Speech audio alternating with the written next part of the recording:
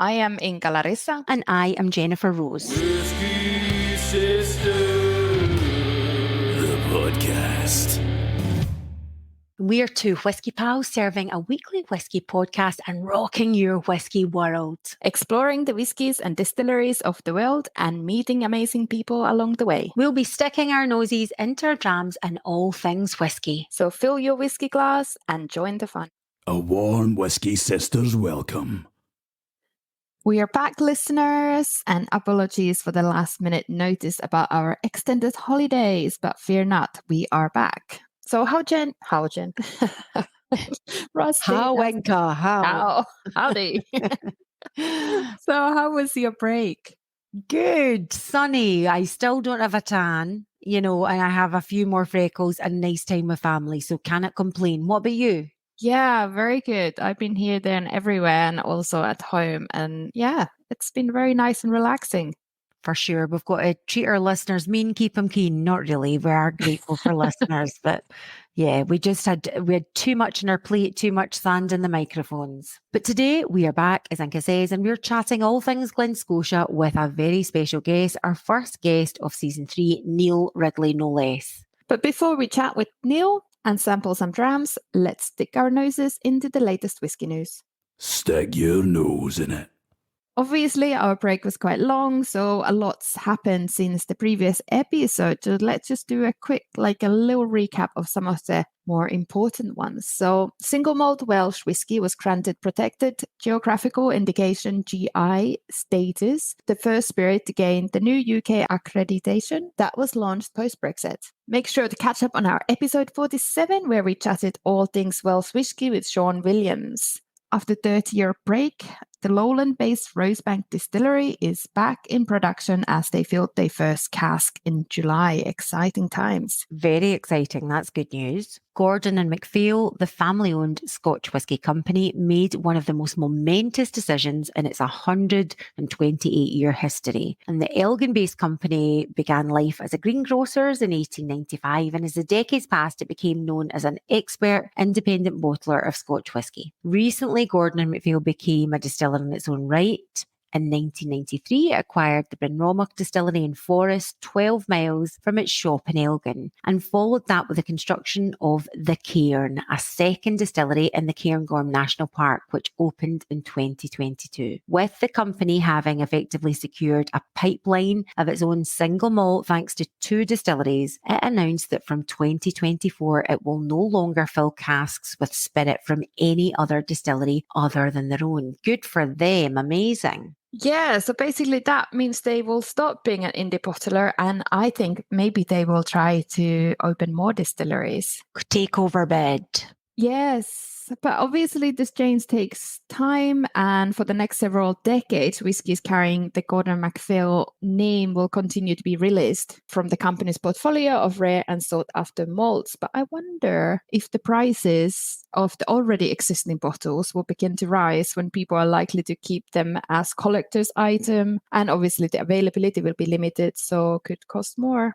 Yeah, for sure. And I think their reputation is so good anyway. They're probably quite popular even before this news. Yes, for sure. I think some people took it quite hard on social media and on LinkedIn. They were very thinking like, okay, this is big change for the whole indie bottler industry. But I'm not sure if that's that dramatic, Roll with the punches, flow with the changes, people. Come on. David Peckham has finally ended his partnership with Haig Club after a collaboration of 9 years. And I checked that currently the Haig Club Instagram account is set to private. So we'll see what happens to the brand, whether they were going to get a new face or will they stop production? I don't know.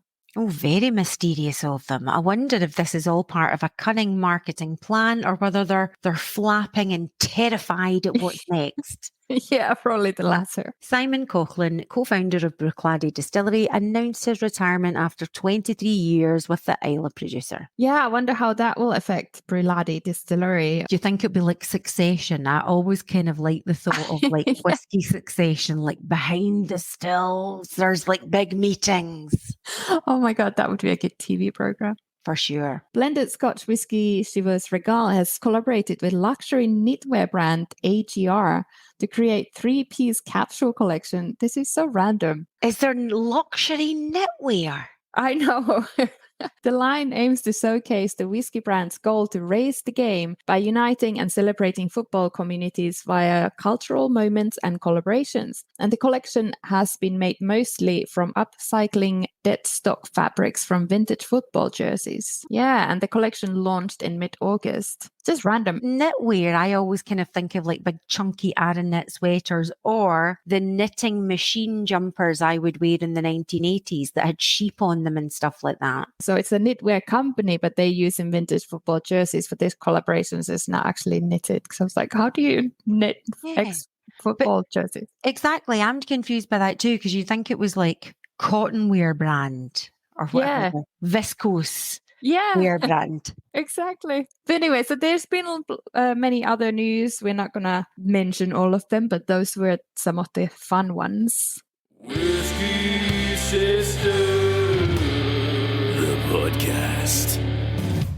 The distillery, originally named Scotia, was built in 1832, but by 1835 it was one of almost 30 thriving distilleries in Campbeltown, which gave the region the title of Whisky Capital of the World in the Victorian era. Like many distilleries in Scotland, Glen Scotia has had many owners along the way, and the distillery has been closed for a few years in the 1980s, and at times the production was minimal and the distillery was also short-staffed. Finally, there has been some light at the end of the tunnel, and today Glen Scotia might be one of the smallest Scotch whisky distilleries, but it's becoming one of the biggest names, no mistake. It certainly feels like its popularity has snowballed in recent years. And in 2014, the distillery was bought by Loch Lomond Group, who've invested heavily in the site by developing the brand, increasing the capacity, opening warehouses, and developing a distillery visitor centre. Super exciting stuff. Glen Scotia Distillery still maintains much of its original design, including the mash tun, still room, and dunnage warehouse. Glen Scotia produces 2 styles of whiskey, so peated and non-peated, although I think you could probably say that they produce 3 styles because they also have lightly peated releases. And the peated whiskey is typically made over a period of 6 weeks per year. You know, I was trying to find the peat levels online, but I couldn't find anything. Oh, we'll need to ask when we go. Yeah. I guess because they vary, they don't have like anything particular, but it would be fun to know specific releases. Yeah, definitely. Today, we have a special guest here to chat about the distillery and his whisky journey. Neil Ridley is an award-winning professional drinks writer, broadcaster, consultant, host and presenter with 15 years of drinks industry experience and like quality hatwear wearer. Can I just say that's a bit of a side? Yes. He's always rocking a cool hat. He's been shortlisted 4 times as Communicator of the Year by the International Wine and Spirits Competition. Boom! And he's the 4th Keeper of the Quake in this podcast. I know, we got a special guest, don't we? In the house. Neil Ridley. So welcome, Neil. We are very excited to have you join us today. Thank you very much for having me. It's been a really nice opportunity to chat with you guys, and I hear great things about the podcast, and it's really finally very nice to sort of meet you in person, albeit virtually, I suppose. So. Yeah, hopefully in person soon. So I'm not really even sure where to start because you've done so much in the drinks world. Just so much going on, and you're so busy. So we're very honored to have you. But like actually, in fact, The Distilled, one of your books, one of many, Sure. is one of the first drinks books that I bought when I wanted to get into the spirits world and before I started writing my blog. So, Oh, that's great. Yeah. I'm really glad to hear that, actually. That was, back in 2015, I think that came out. And that was one of the first sort of books that I'd done. And I'm really pleased at the reception that's had, actually. It was I guess, aimed at being a kind of a guide, a spirits guide to all different spirits, from whiskey, tequila, rum, gin, vodka, and then sort of different world spirits. And I think at the time there wasn't really anything particularly like that, actually, especially with a focus on craft spirits. So yeah, it did really. It's great that it still gets a good reaction today, really. I read from somewhere that it's been translated into 14 different languages as well. So Yes, it has. Yeah, it's been a really fun book to do, actually, that one. And because sometimes, as I'm sure you're aware, it can be very challenging if you're coming into it for the first time. Really, what to try, what not to try, how to think about sort of drinking more intelligently, really. And that was the whole idea behind the book. And yeah, I'm delighted. It's been so well received. As this is a whiskey podcast, maybe we should start by hearing about your personal whiskey journey and how it all began. Sure. It's a long story, actually, but I'll sort of bring it into podcast form, actually, if that's easier. Distilled. So, yeah, a slightly distilled version. So I was back in, I guess, probably my first intersection with single malt, actually, with sort of whiskey. I would really kind of, or that moment that really got me excited about it. I guess I must have been about 22, so it's a few years ago now. It was one of those moments where I think you can almost pinpoint exactly, you'll never forget this. It was that sort of moment where I remember exactly where I was, what I was doing, what I was drinking. It was a Lefroy 10-year-old, actually, and I was living back in the Midlands of England at the time. I was in the music business, so I was in bands, actually, at the time. I was playing in bands and doing touring around and being a musician. And I remember the first time trying Lefroy 10-year-old, and it really was one of those mind-blowing moments of, I really didn't expect whiskey to be like this. I'd never had a smoky whiskey before. I'd had sort of blended scotches before, and I knew maybe a tiny bit about what whiskey was, but I had an evening one time with some friends, and a few guys bought some different whiskies round, and this Lefroy 10 blew my mind. It was like the smokiness was so medicinal, and I wasn't quite sure if I liked it at first, but it was so challenging and so interesting, and it opened up so many kind of pathways to a different aspect of whiskey that I thought, I need to know more about this. After that, I started to buy lots of different whiskies. I built a collection up, and I moved to London to be in the music business. I was working in a job called as an A&R man. So basically my job was to try and find new bands and make records for a record company. I worked for Warner Brother Records. It gave me a great opportunity to travel around. I was in sort of hotels all over the world, and you come back from a gig and you'd have a single malt in the bar and try Japanese whiskey, Irish whiskey, Indian whiskey, all these different things. And at the time, I met a friend of mine who's now sort of a lifelong friend and writing partner, Joel Harrison, who was also in music, doing a similar job to me at another label. So we used to sort of go off and have odd whiskies together in different bars if we happened to be going out seeing a band together. Yeah, it grew into this mad thing, and we sort of ended up leaving the music business back in 2007, this was, starting a blog at the time where there really weren't that many blogs, maybe 2 or 3 internationally. And it got very popular quite quickly. And from there, we started to write for newspapers and magazines and host sort of TV shows and write books and host events. And there wasn't really ever a moment where I thought, wow, this is now a career, really. It was a very natural, easy intersection into something that I love doing every day. I love that your journey involved your love of music and your shared passion of music and after gigs. That's the coolest into whiskey journey that I've ever heard. It's a very natural one as well. I think that was the great thing. And I love doing my job. It was a very the music job. It was a very demanding from the time that you spend doing it. You have lots of late nights. You're traveling a lot, but you always see some great things. I mean, the countless bands that I saw before they were hugely successful, it's those moments that you remember for life, really. And then the bands that you work with and the things and the people you meet and the places you visit. And, much to the same way, actually, working in whiskey is not that dissimilar. You travel, you get to meet great people. This business is built on brilliant people. You get to try some extraordinary things. And I think those moments are always there where you try something that you think, I'll never forget where I was, who I was with when I tried that. It's, I don't know another spirit where that applies so much, really. That's funny. Actually, we talked about this a lot, like how people remember certain whiskeys. It's just a lot of it is through experiences. It's literally that moment when you were doing something with someone, maybe you were on top of a mountain after a hike, or after you went for a swim and then you had a drink, or after a gig, or so it's really great. They're always different, aren't they, as well? Everyone who has that journey, it's always slightly different to the next person. But that's what keeps that conviviality and that conversation going, which is why, in whiskey, it's so important to have. And you mentioned there, Neil, about some TV hosting. You've hosted several big whiskey events, from Whiskey Live to the Spirit of Speyside Festival and more. This might be a difficult question to answer because you've just spoken about that kind of organic flow within your career. But is there an aspect of your job now, whether it be the writing or presenting side, or, is there a favourite aspect of your job at the moment? Oh, it's a good question, that. Do you know, I think there's nothing quite like meeting a group of people or hosting an event or a tasting, or actually a festival is always good fun.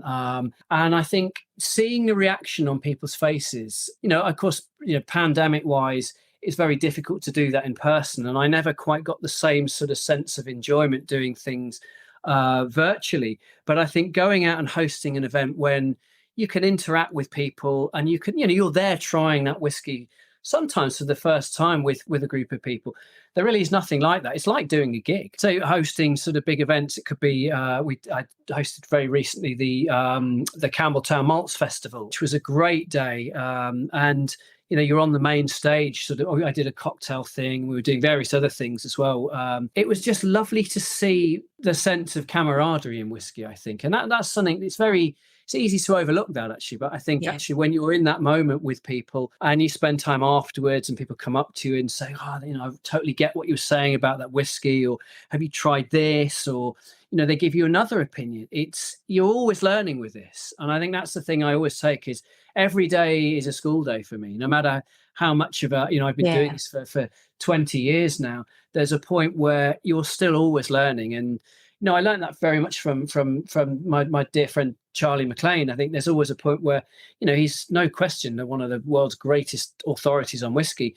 But, every day is a school day for him. There's always something that he hasn't tried. And it's just how you broaden your horizons with that. I love that, the sharing and connections that come with it. And Inka and I were actually invited to the Campbeltown Malts Festival, couldn't go, and we had terrible FOMO. There was tears and snotters at the time, but even more so hearing about it. So I want to tell you it was terrible and you really didn't miss anything. But actually, no, it was great and you missed a really good event. We absolutely missed out.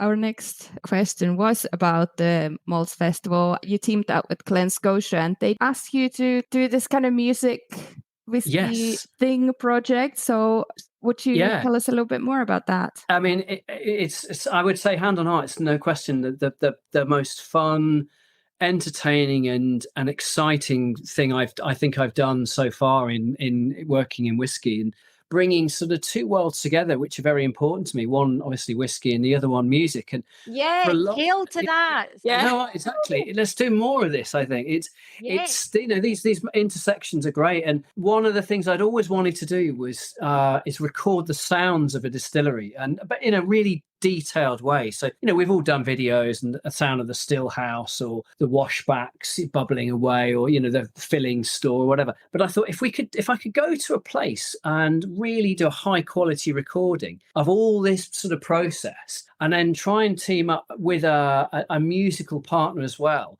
and bring this to life in almost song form, then it would be a great project. And I was chatting to Nick Bradley, actually, great guy at Glen Scotia, one of the brand managers there, who shares a lot of my passion with both whiskey and music. And we sort of formulated this plan to go up last November, it was actually, for a week. And I took a really great piece of equipment, so a special microphone, actually. It's called a binaural microphone. And what it does, it actually looks like a human head. So it's kind of the same dimensions and same shape, and I guess weighs the same as a human head. I can't say I've weighed many human heads, but it's all intents and purposes, it's like that, like a human head.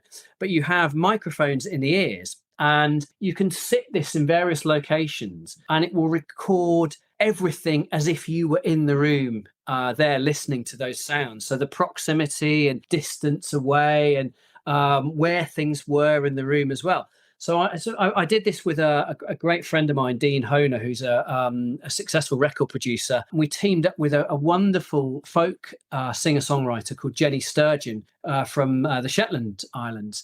And so we all went up, started recording all these incredible sounds that you hear in distilleries. So again, so the sound of the still house, the bubbling of the washbacks, all these different sort of little bits of conversations, the sound of the starlings nesting in the warehouse, in the dunnage warehouse, and stuff that you probably hear every day if you work there. You might not notice if you go on a tour, but actually are integral to the location. And so we took those sounds away and we ended up writing a song together called Copper Heart, which is basically charts that journey from a lyrical and a sort of sonic aspect of Campbeltown, the rise and fall of the region.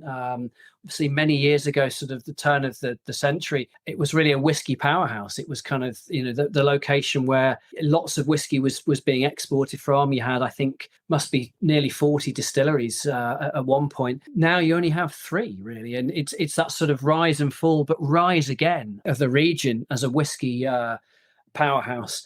And we wanted to sort of try and bring this to life through song. And that then was pressed onto a vinyl, the B-side of which was a 20-minute walk through the distillery using sound. So if you aren't lucky enough to get to visit the distillery, you can stick this record on, pour yourself a dram of Glen Scotia, or put a pair of headphones on and be transported back almost from the malt being delivered to a finished whiskey being poured on a beach with the distillery manager, Ian.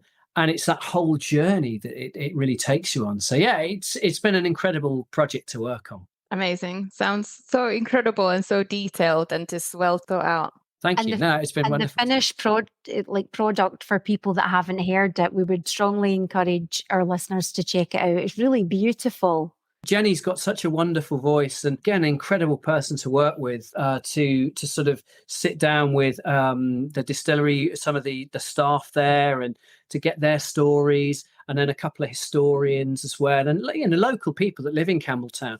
That was really what she was trying to do, was to sort of get the lyrical content from the perspective of people that live there and their stories, and interweave that into this sort of beautiful folk track. So it's acoustic guitar and harmonium, but then the backing track is made up of rhythms of casks being hit and sort of sounds of I'd say the washbacks again, and mostly frequencies that we sort of made into notes and into sounds. And so everything you hear is basically the sound of the distillery. Because you obviously spend a lot of time there and focusing on all these different sounds and noises. So did you hear any ghostly noises? Because in episode 53, we told the tale of the ghost at Glen Scotia, who was the previous owner who died in mysterious ways. So we were just wondering, like, if you happen to hear any kind of, got any kind of vibe.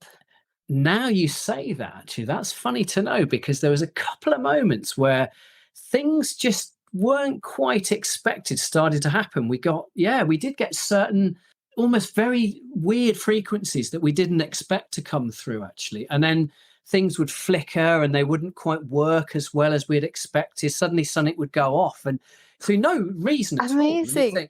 But then it would start working again perfectly.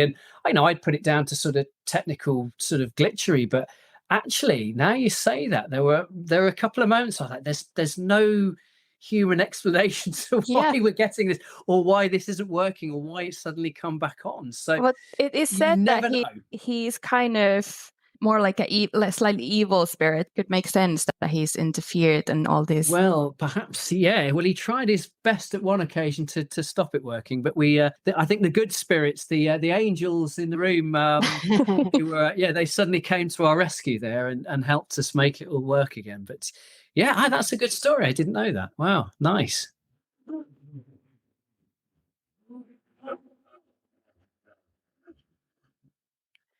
You've mentioned about your career in music and being in bands. So could you share a little bit about what type of music you would normally play, or maybe what genre you came from, or perhaps you've played lots? We would love to know more. Yeah, I mean, I play synthesizers mostly. It's in guitars, so I've been mostly quite old stuff, actually. So I'm influenced a lot by 1960s, 1970s soundtracks, films.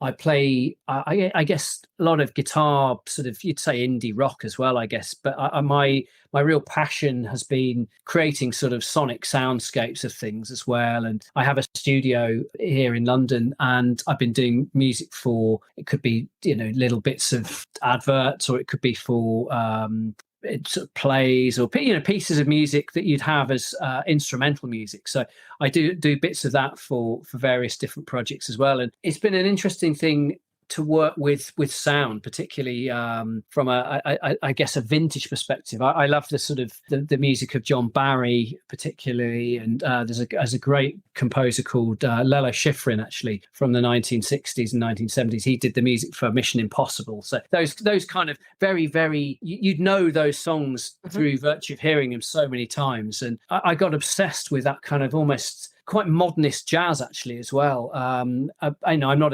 at all a very good jazz musician. I can play guitar and piano reasonably well, but I was more about sort of creating sounds from scratch using synths, and actually that whole thing of going somewhere and recording sounds and making them into something musical as well. So it's what's called music concrete, actually, going out and recording a sound, but then it could be an everyday sound, but then you make that musical in some way, or rhythmical, and you can form a backing track with that. So I do that kind of thing quite a lot. Like life around you becoming the music. Yes, exactly. Yeah, it's amazing. I watched a really good video actually quite recently about Billie Eilish and her brother Phineas. How when they were recording "Bad Guy," there was a sound of, you don't know this actually at all when you hear it, but when they explain it, it makes total sense. There's a rhythmic sound that comes in the chorus, and it sounds like hi-hats, rhythmic percussive hi-hats. And it turns out it was in Australia when they were touring there. They had the sound of a level crossing. So across a normal level crossing, you have beeps, I think, in this country. And then in Australia, you have this weird rhythmic sound that comes out the sort of box there at the set of lights. And they loved it. So they recorded it on their phone. And that then became the sort of rhythmic sound on Bad Guy. And I was like, wow. That's, again, I love those kind of happy accident moments. Yeah, and linked again to like the memory and experience of that and bringing it in. Totally, and something I kind of, because we both love music, and one of our episodes featured blackened American whiskey, the Metallica whiskey, and spoke to the master distiller that talked about the concept of sonic enhancement, Metallica being blasted in at the distillery level. And we wondered your thoughts on that sort of potential vibration and frequency. I love that. No, I think I'm all for that. I mean, I think actually there's some science behind it, which, is quite sound, I think. And again, it's getting back to that kind of, the same way that terroir exists. If you're maturing whiskey by the sea, or, in a hot environment, it reacts differently. And I'm a firm believer that, if you agitate casks, it could be by low frequencies, which tend to work best. You're going to get wood interaction there that didn't exist, and if you didn't do that. So, I mean, there was another story. I think the guys at Campbeltown in New York State, they were playing quite a long time ago now, probably sort of back end of the 2010s, I think 2009, 2010, they started to play quite heavyweight sort of rap music like the Wu-Tang Clan on big speakers, big bass heavy speakers into the warehouse to sort of get that vibration going. And look, it's till someone tells me that it doesn't work. I'm a firm believer that it does. And again, it's a great story, and it's something that if you can link whiskey and the process of whiskey being crafted to something that people can take away with them, it's just done such a better job. We're dealing with a wonderfully crafted product here, but we rely a lot on stories, and we rely again on people and their ideas and ingenuity. Those things together, suddenly you've got a magical product that transcends any boundaries, really. Going back to Glen Scotia and their whiskies, so we've been enjoying them a lot because they're quite funky, quite interesting on both on the palate and on the nose. Actually later on this episode, we will be sampling this year's festival release as well as the double cask rum finish. Oh yes, great. In your opinion, what makes their whiskey so special, and do you have a favorite release from them? I think it's a lovely question. I think there's something inherent in, I'll look at Campbeltown first, actually, and we'll look at maybe Glen Scotia in addition to that. There's something about Campbeltown which has, I think you could put that whiskey, any whiskey from Campbeltown, in front of a group of people, and they would know that there's something different going on. And I think if you then give that whiskey to people who maybe understand Islay whiskey a little bit, they've had, your classic sort of brands from there, and then you give them a Campbeltown whiskey, there's a funkiness about that just doesn't exist anywhere else in Scotland. I mean, let alone anywhere else in the world, really. And I think Glen Scotia is an embodiment of that. It's got that richness. There's a smokiness, but there's a very unusual smokiness. It's kind of, I often sort of have this thing of, there's an element of woolliness, almost like a wet wool, Hessian bags to it. It's quite a salty, quite saline. Some people say maritime, I think. Then you're on the coast then. Someone says, oh, salty, maritime. You're there. You're actually on the harbour. And you put your nose back into the glass. And you've got this, it could be old fishing creels, it could be lobster pots, that kind of thing. It's not fishy, but it's got this kind of, it's a product of the sea. And there's definitely something that I don't get that anywhere else. I don't get that from an Islay whiskey. I don't get that from other mainland whiskies. I think that's very much inherent in the whiskies that come out of there and are very pronounced in Glen Scotia. You have that in the new make spirit. You have that in the matured spirit. So it's definitely in there. And, I think cask influence plays its part. You have some great first fill bourbon casks. You have some sherry. You have a couple of other things, as you mentioned, Inka, the rum cask as well, which is lovely. But then you've got that thing going on that exists nowhere else. And I love that. I mean, for me, if I was to pick a whiskey I love out of that range, I mean, the Victoriana, I think, is wonderful. Oh my God, I love it so much. It's amazing. It's a great, and again, it's that moment we like to think, what would it be like tasting whiskey at the turn of the century, or in Victorian times? And unless you're very wealthy or have an archive of ancient whiskies, it's very difficult to say, oh, hang on, let me dip into this sort of bottle from the turn of the century, which is probably not going to be as good as it was when it's bottled. But actually going and having Victoriana there, I think, is a recreation of a style of whiskey. It's got like coal dust notes, it's got that maritime, that saline thing going on. I'm convinced, I'm transported back there, and I'm imagining myself sort of on the harbour there, what it would have been like. And Campbeltown back then was a very different place to how it is today. There was a lot more, it's a hive of activity and industry, which it's returned to that now is starting to become apparent. But that whiskey, I think it's a truly wonderful creation. That Definitely. We both agree, don't we, Inka? Yeah, we can't wait to visit. We're hopefully going to go later on this year. So it's a strange one, actually. Though you have a quite a microclimate there, actually. So I'm very lucky. Every time I visited, the weather has been exceptional, and then suddenly out of nowhere you'll get like a gale blowing in, and then it's gone again, and it's lovely and sunny, and the palm trees are there in the sort of harbour, and you're like, this is a weird place. You've got the Gulf Stream, I think, which is it runs sort of nearby, and it's like nowhere else. It really is. I love it. I can't. I'm going back again quite soon, actually, and I every time I look forward to it. It's just there's always something new to discover there. And you can feel the passion when you hear you talk about it, which is lovely. We're excited to go back, but even more so now. And I'm sure you've visited lots of distilleries, perhaps around the world. Are there any kind of standout, moments, special memories, or anywhere you would recommend that people visit? Sure. I think, you'd have to put Islay on that list as a must go to. And actually sort of almost going full circle back to my career in music, when I left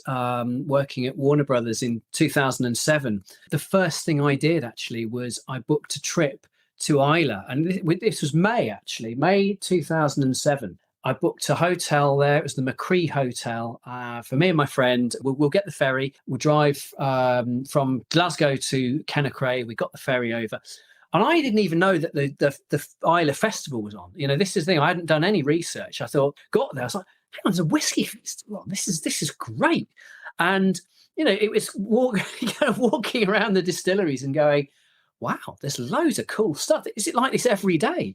And people say, no, there's we have an annual festival on.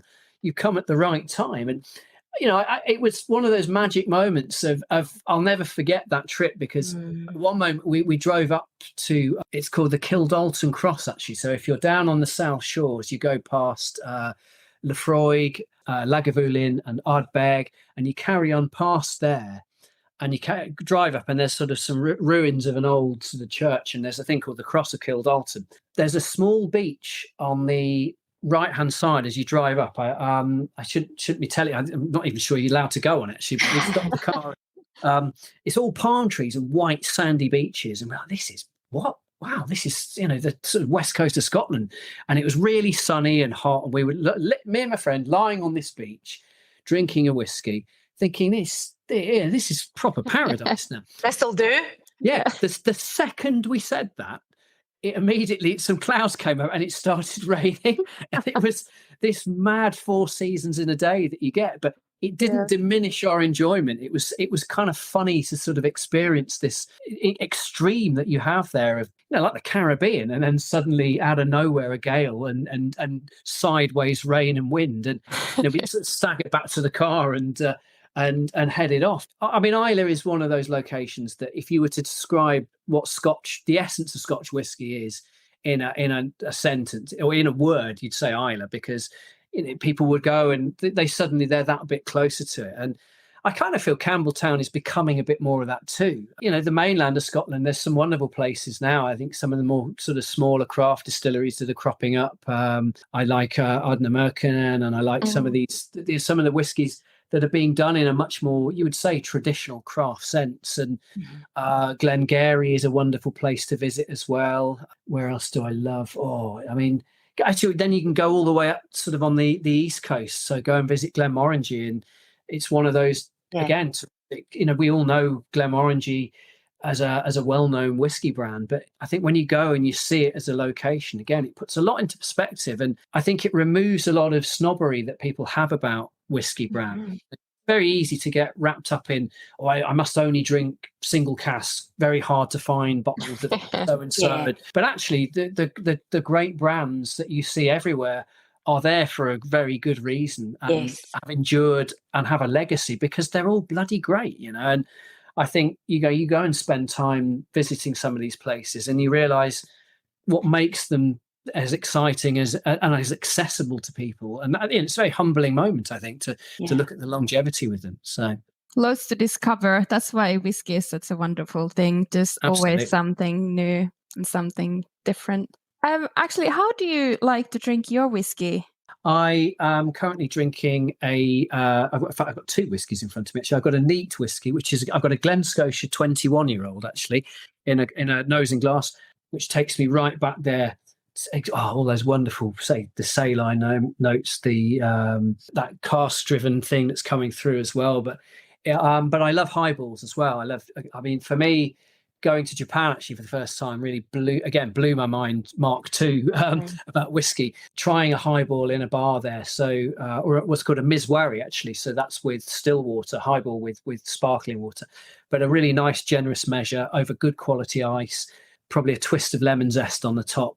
I mean, that's just, anyone that tells you they don't like whiskey, there is a way of getting them involved in whiskey, and it's the highball. There's no question. It's such a refreshing, effervescent drink. So I mean, I'm not a snob at all. I wouldn't say don't mix your whiskey with anything. I'm guilty of mixing 25-year-old with single malts into really nice cocktails. So, I'll be struck down somewhere, I'm sure. But it's, for me, it's the art of experimenting. If something tastes good, like a chef, in a way, chefs don't use terrible ingredients. They use the best things they can get their hands on, and they make lovely things happen with them. So for me, it's the same thing. If I love a taste and aroma, I'll explore it in different ways for sure. We recently discovered Larkfire sparkling water, which is amazing with whiskey because you can really taste the whiskey through. It doesn't add any salty notes or anything. I think it's good. It's good that I think actually that if you're making a Scotch highball, it works really well. That it's definitely again a flavour of its location. And again, if you go off to Japan and you have a highball there, it's Japanese sparkling water, and it's very different actually. It's much more mineral led. It's two highballs are the same. I think actually it shines a light on how water is very important in whiskey. Actually, at the end of the day. So, Neil, is that a potential title for a book? No two highballs are the same.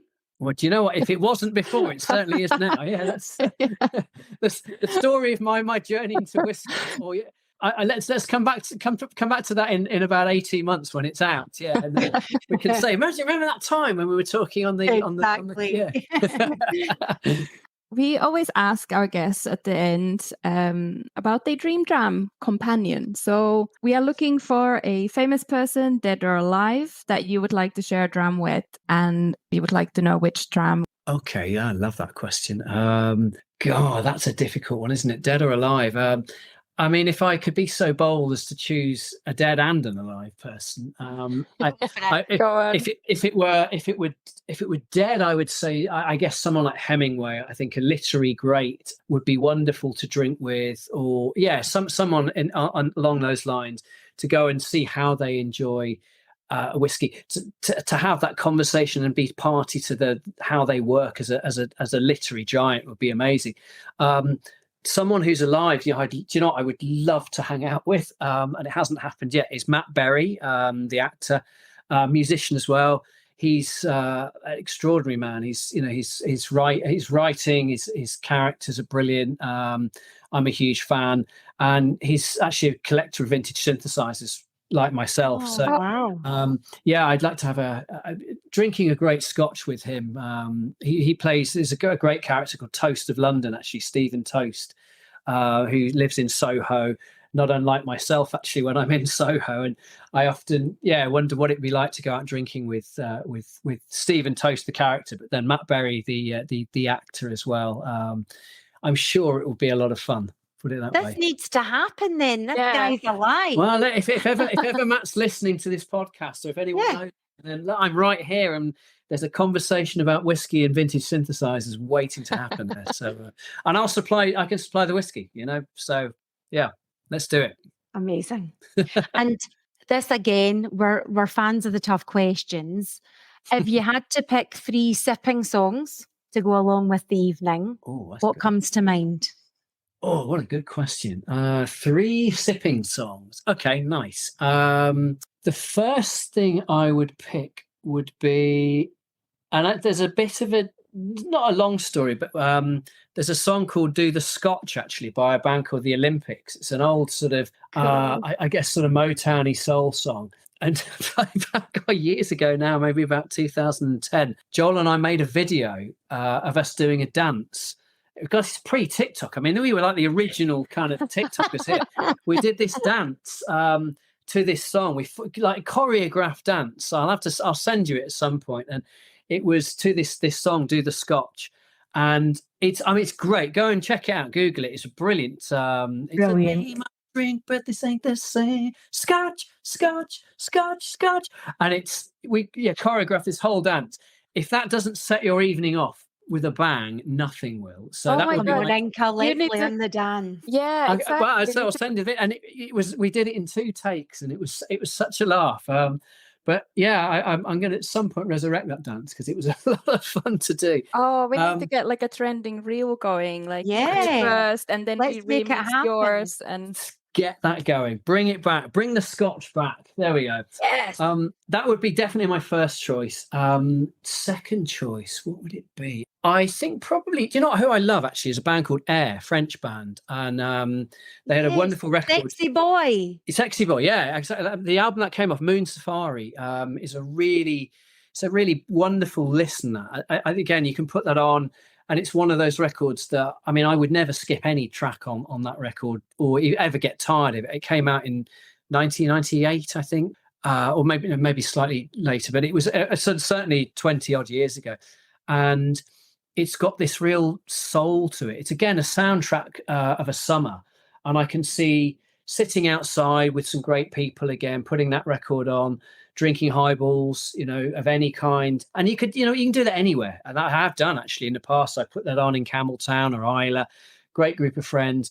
And you're just there in the moment and it's perfect. So I maybe not choose Sexy Boy, but I choose a song from that album. And my final one, what would it be? I'm going to choose another French artist. And this makes me sound terribly pretentious, actually. There's a singer who you will have heard of called Serge Gainsbourg. There's a record, again, very famous French singer-songwriter, Lothario type from, I guess, the sort of 60s and 70s. He was best known. There's a soundtrack record he made called Histoire de Melody Nelson. And it was one of those moments I put this on put it on in hotels, or I put it on whenever I've had a really, really mind-blowing, life-changing whiskey. I put this on, and there's a song, it's about 7 minutes long. It's got big strings, and it's very laid back in its approach, and it's just a perfect drinking companion. And if you have a great whiskey that's really rich and complex and has some age and some real character, I'll often put that record on at home, and just you'll lose 7, 10, 15 minutes, whatever it may be, with that record on in the background, just nosing and tasting. And for me, it certainly highlights the complexity in a whiskey. Yeah, I've never really found another piece of music that does that the same. But again, it's, we're all unique and different, and everyone has different songs that they love drinking to. So, may those pairings continue, I think. Well, thanks so much for your time. Thank you for having me. It's been a wonderful many minutes, many good whiskies.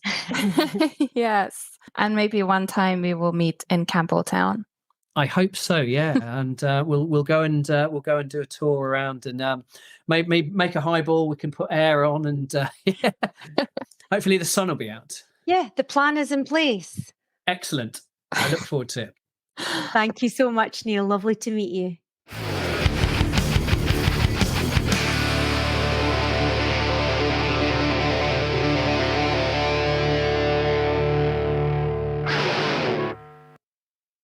Dram on fire. First up, we have Double Cask Rum Finish, which is a sibling to their Double Cask release. This one has spent some time in Guyanese. Is that how you say Guyanese? I don't know. Guyanese? I'm going for Guyanese. Yeah, that sounds about right. Guyanese Demerara rum barrels at 46% ABV. And this rum finish, it was inspired by Campbeltown's Victorian past as one of the most internationally connected ports, like quite the hub for moving and shaking, and had trade routes that spanned the globe. So records go as far back as 1815, before Glen Scotia's founding, and that shows that casks of rum were present and for sale in the town way back then. Pretty cool. Yeah, I love that whole, always the references to the Victorian past, like the Victoriana that we just mentioned earlier with Neil. So it's pretty cool. So this one was super pale yellow, very light in color. Very light. And this is an inappropriate thing to say, but I thought quite hydrated urine color. Me too. That was my first thought, but then I thought I'm not going to say it. But now because you said it, I can admit. Me too, but I've had a few drams and I wasn't going to say it, but I thought I'll slot it because it does. Yeah, it does. On the nose. So at first I was getting sugary oat crumble, the crumble top that you put on apple crumble, sugary cinnamony oat. Then I was getting apricots with whipped cream, but then with air, it was giving me more melted vanilla ice cream, loads of coconut. And now when I just stuck my nose in it, I was getting buttery popcorn.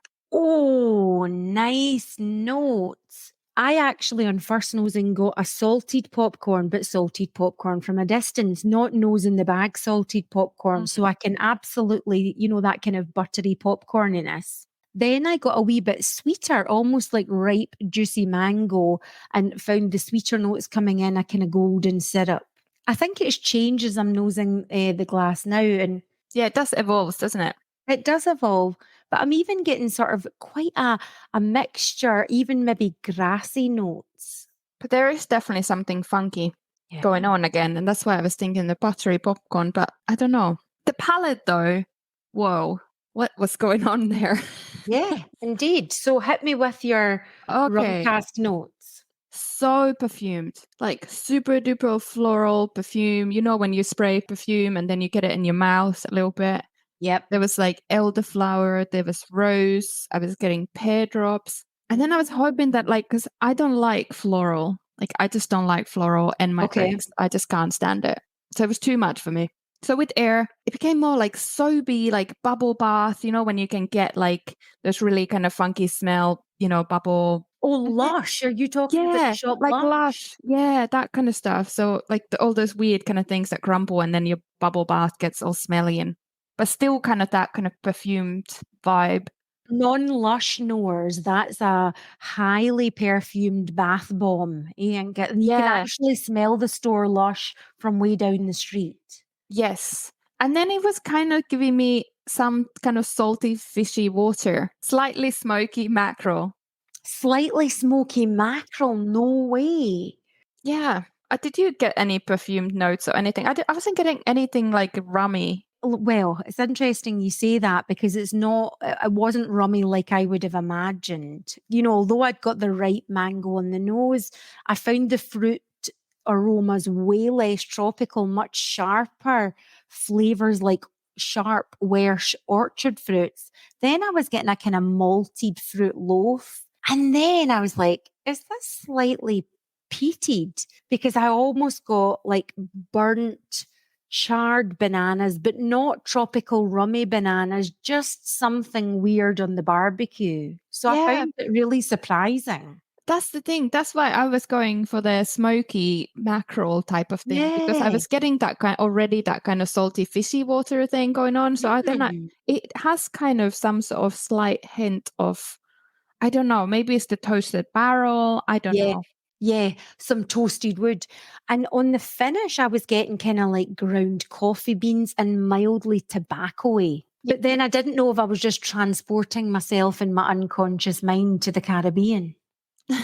Yeah, I think maybe on the finish it's a slightly more tropical and maybe a little bit of that mango and some pineapple in there. But it's still very perfumed. And like, I have to say, like on the nose, I liked it. On the palate, that perfumed, I was so shocked how perfumed it was. But I like the journey. Like it's probably not a dram that I will return to, but I like the journey from the floral to this, bubble bath to the fishy water and stuff. So it's kind of funky. It's giving so much, isn't it? It's not your predictable rum cask finish. It was the dram that kept on shape shifting. Yeah. Interesting. Yeah. Okay, so next one is the Campbeltown Malts Festival release, which is lightly peated 11-year-old single malt. And this is finished for 12 months in white port casks. Yes, I was so excited to try this because we're obviously slightly behind everyone else and everyone else probably tried this already, but hey ho. Good things come to those who wait. How did you find this bad boy on the nose? Well, first of all, color. Dark gold, light rusty maybe?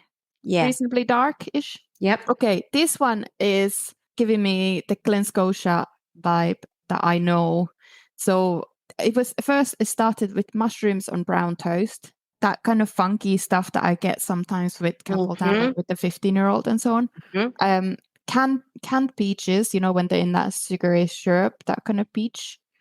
And then it was like a dying ashy bonfire on the beach, like on the pebbles.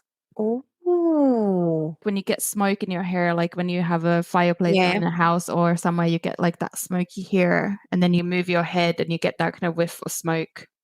Oh, nice. I really didn't get the smoke at all. So I'm super intrigued to hear of your smoke on the nose because I was expecting it to be much more smoky. You know how you mentioned pear drops with the last dram? I got pear drops and poached pears on the nose with this one. And then I could get that funky outdoor fermented silage, but it was a butterscotchy creamy silage. And I was like, butterscotchy silage, whipped cream. Then I was like, oh, but there's some wet Wellington boots for non-UK people. That Wellington boot's like a rubber galosh, right? A rubber boot. So wet rubber boots I got as well. But I can't get any of that now. I'm back in the glass. Oh, I can get the whipped cream. Can you? Definitely. Like it started very strong on the mushroom and the brown toast, but now it's kind of like you have to kind of nose it a little bit more to discover it's going on the back bench again. As I'm nosing now with Airata, I'm finding it a bit sweeter. Maybe some kind of treacly sweet notes now that I didn't get before. Well, apart from the butterscotch. I'm getting slightly more citrus as well. God, people are like, they're just saying words. They're just saying all the things. What about the palate? What went on for you? In fact, excuse me, I need another sip. Yeah. I feel like on the first sip, the peat comes at you. So when they say it's lightly peated, I would like to know what the ppm was, because it's quite peaty. Do you feel like saying lies? Yeah, It's lies. Or just maybe I haven't had a peated dram for a while, but yeah, I feel like it's quite strong. Did you find it peaty on the palate on first sip or with Yeah. your Like instantly, like okay. hit you in the face. That salty peat, like I was then getting the sea salt. I was getting rye bread, that kind of a little bit stale rye bread. Mm-hmm. I was getting salted almonds, some like a little bit, a touch of fruitiness. I feel like that there's some sort of warming thing still left on the top of my palate. Mine has changed. I've just sipped it there and absolutely got that hit of smokiness, whereas I actually didn't get any smokiness on the palate on first sip, which was kind of confusing. I was getting the pears poached in wine this time, but with a cinnamon and ginger spice. Then I was getting like sauerkraut, that fermented cabbage. Then I was I love it. Then I was like, no, it's digestive biscuit sweetness. Oh no, there's like a little bit of a sour rhubarb. And I was like, whoa, I felt I was kind of like pinballing a little bit in the flavors. Rhubarb is a good one as well. That kind of sour rhubarb. I'm definitely getting that now that you mentioned it. Like sweet but sour. Yeah, again, this is really evolving dram. Yeah.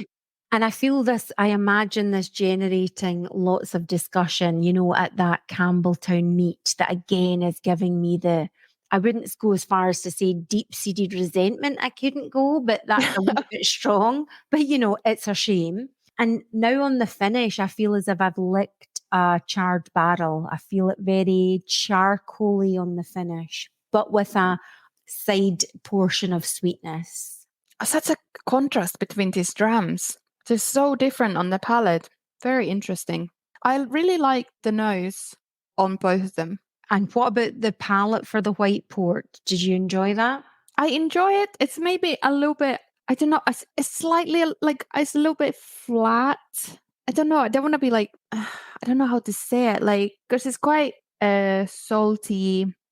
Like, I'm a little bit struggling to find. Spit it out. It's not coming to me straight away. Like with the other one, I was like, whoa, it's like taking me here and there and so on. But I still enjoy it. I do enjoy it. Okay. But I think maybe I was surprised by the level of peat because I wasn't expecting it be so peaty. That makes sense. Yeah, no, it does make sense. I enjoyed both way more the Malts Festival white port finish, much preferred that. And I feel it's like a dram that keeps on giving. I feel it multi-layered. I feel I would need to like sip away. Oh, poor me, having to do all this research. But to get all the different layers and good thing we both have a bottle each, so we can sip away and sip away and sip away. Thanks, Glen Scotia. It made me even more intrigued to go. What is the witchcraft / tomfoolery / alchemical genius that's going on here? Neil said that, even in the new make, you get all that funky stuff. So I'm really excited to go and try the new make. And I feel like once we've been later on, hopefully this year, so then we will definitely feature Victoriana and put it into words why we all love it so much. And the angels will sing. Yes. And we will find the ghost. Exactly. All things. All things. Yeah. We're promising a lot. Whisky Sisters Whisky Fact. So if you're ever visiting Campbeltown, make sure to look for remains and memories of the old Scotch whisky distilleries around town. So for example, near Glen Scotia, you can find a little piece of history as Benmore Distillery used to be located near there. And Benmore opened in 1868 on Saddle Street, and you can see parts of the distillery name on the archway nearby. Take your selfies there, people. Now you know. You've been listening to the Whisky Sisters podcast. Thank you so much. We hope you enjoyed our guest Neil as much as we did. And next week, extreme excitement, we are featuring Glencadam Distillery. If you haven't followed us on Instagram already, make sure to do so at whiskysisters.podcast on X. This is so weird. Like almost wanted to say Twitter, but X. X. Also Can I crap. just say, like, what do you think of the X? I don't like it. Twitter, I like the wee bird. I know, me too. X is rubbish. It looks really cheap, and Yeah, I think that Elon's at it. I think he's a bit mental. And if you're We've listening lost to it. this, Elon, I'm not backing down. I think you're at it. So on X, follow us at Whisky Sisters, and Facebook at Whisky Sisters Podcast. Nice to be back, Inka. Lost for words. You're not even sure. You're like, yeah, it's okay. Meh. There's a heat wave. I'm melting. Yeah, right, listeners, you heard that pause here. Actually, there's a saying in Finnish that silence is the sign of agreement. Awesome. I love it. There you go. May your glass be full. And your dram on fire.